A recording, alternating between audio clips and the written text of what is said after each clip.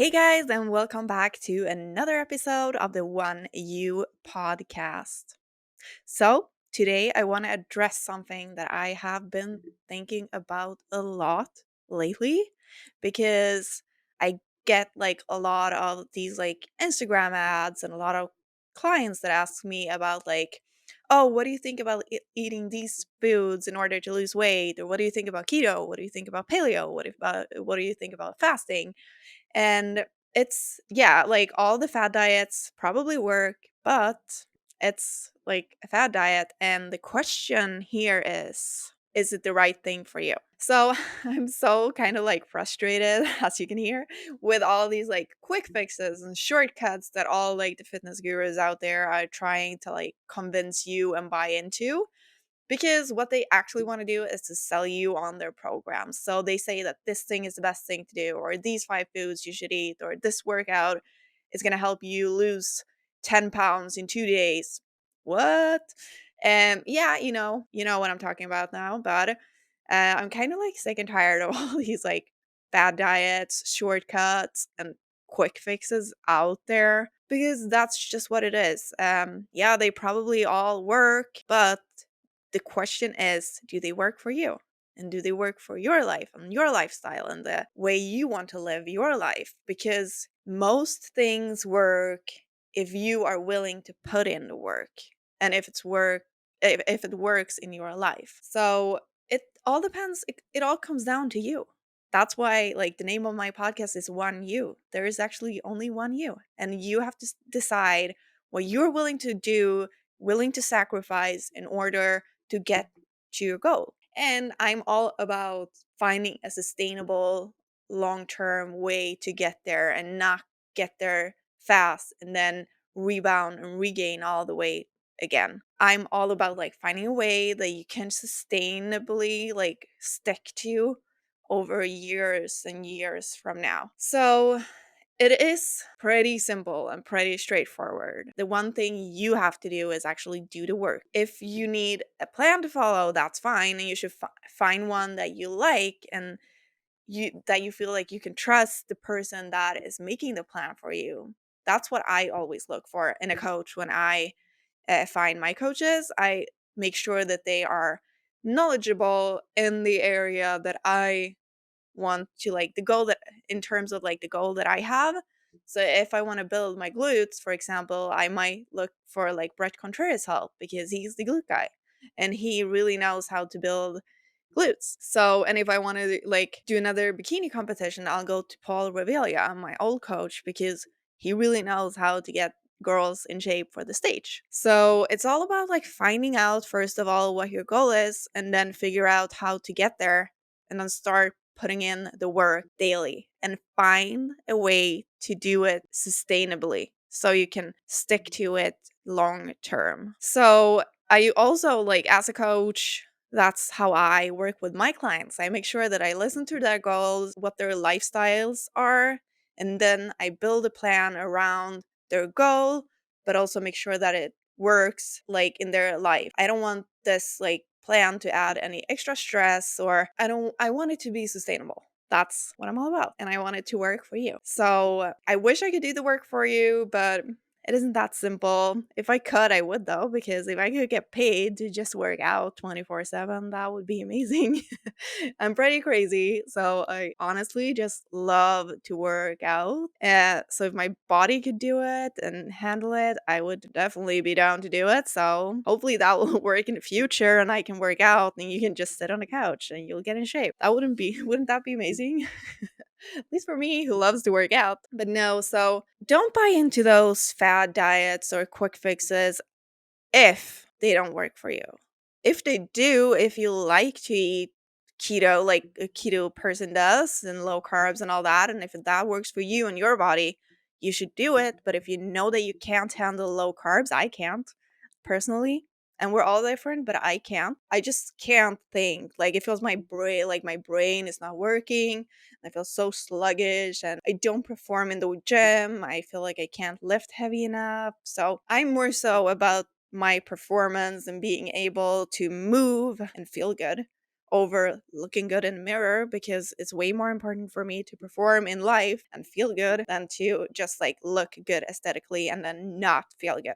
So because when I had my Lyme disease and when I had got my celiac disease, I wasn't feeling good at all. So I definitely know how it is when you don't feel good, and I much rather feel good than look in a mirror. And usually it goes hand in hand though. When you feel your best on the inside, that's also when you look the best on the outside. Both you glow because you're happy, but also it's just like there's really like a connection, in my opinion, between how you feel on the inside and how you look on the outside.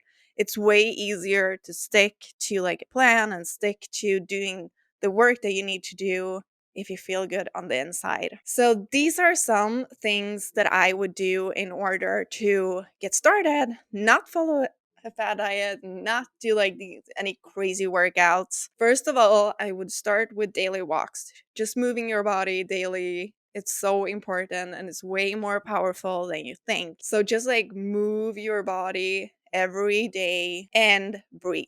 Make sure to breathe. That's like breathing deep down into your diaphragm and to your stomach. It makes such a huge difference. Number one, walk and move your body daily. Number two is just like breathing.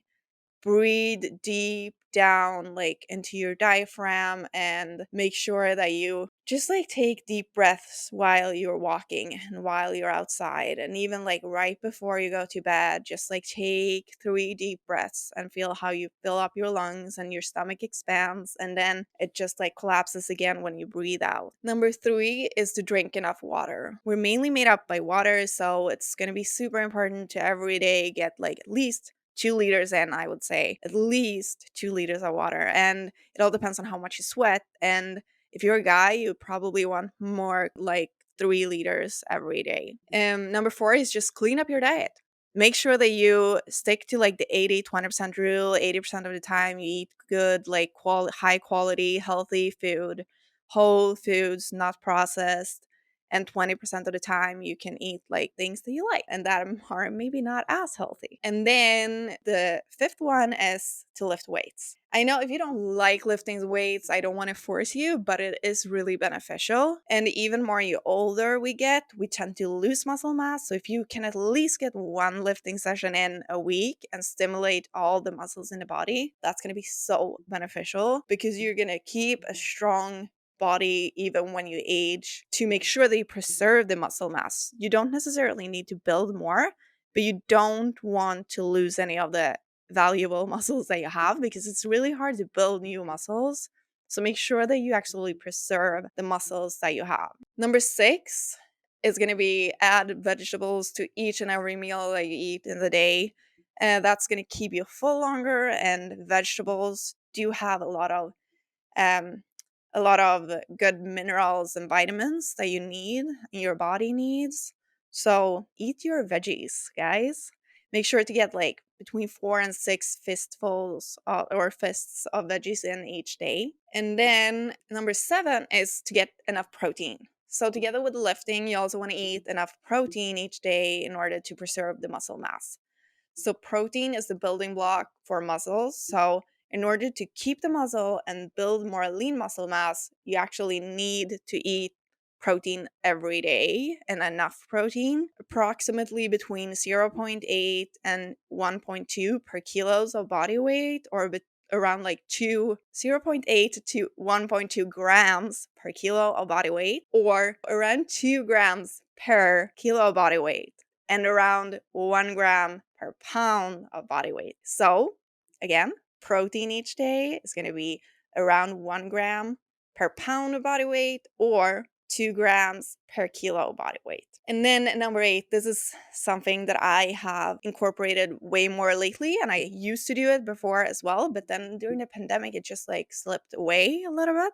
But I'm trying to do it more, and it's super, super, super important in my opinion. But it is, try to find some stress-free time each day. Do something that you really love to do. Give you time for yourself and time for your like mentally to like stress down. That's going to be like, for me, That's been really important in order to not feel stressed. Number 9 is get enough sleep. I know some people say that they don't need that many hours, but I would recommend you to get around 7. I know, like, it all depends on you, though. Again, there's only one you, and you know when your body feels the best. So stick to the amount of hours of sleep that works for you and your body again.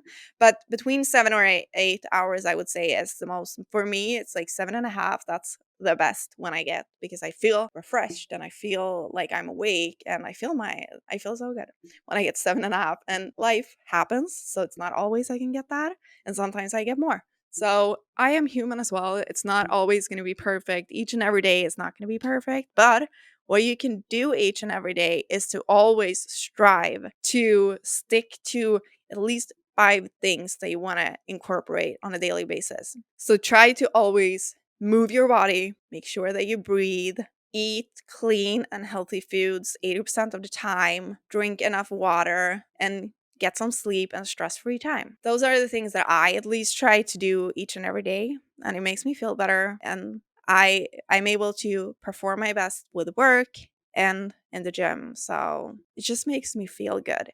The most important thing is that you feel good. So make sure that you find a routine, make sure that you find habits that you feel good about sticking to. And then I just want to add in, things take time. So the most important thing you can do is to get started, but don't rush it. Don't stress it.